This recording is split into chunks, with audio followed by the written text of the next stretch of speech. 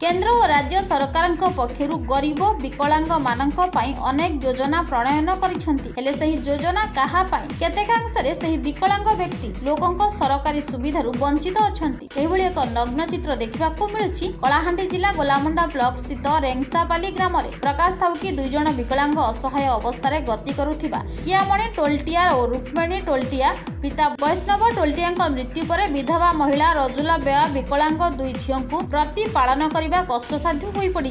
दुई भौणी चली पारु नाहंती कि कथा कहि पारु नाहंती। सरकार पक्षरु केवल चाउल 5 किलो विकलांग भत्ता मिलुछि। विधवा महिला बयस गड़ी जिबारु से काम धंदा करि पारु नाहंती। विकलांग दुई झियोंकु पोषिबा तांको पक्षे संभवपर नुहे। सरकारी साहाय्य रे चलिबा यथेष्ट नुहे बोली अभियोग करिसंती। विकलांग दुई भौणीर मां सरकारी साहाय्य को हाथ बढ़ाइछंती। स्वच्छ भारत जरिया रे गोटिए पाइखेना 5 किलो चाउल बदल रे अंत्योदय रे शामिल करिबा 3 चकिया साइकेल और बिजु पक्का घर जोगाई देबा पई साधारण दाबी हेउछि। मई जानबा पाउचे दुई जण दिव्यांग अछन जाना रुक्मिणी आ कियामणि से बहुत दिन हला विकलांग अछन तांको बाध्य विकलांग भत्ता मिलुछि किंतु तांकर घर नाही लेट्रिन व्यवस्था ने देबार आज पर्यंत। गोलामुंडा ईश्वर पटेल का रिपोर्ट कामयाब टीवी।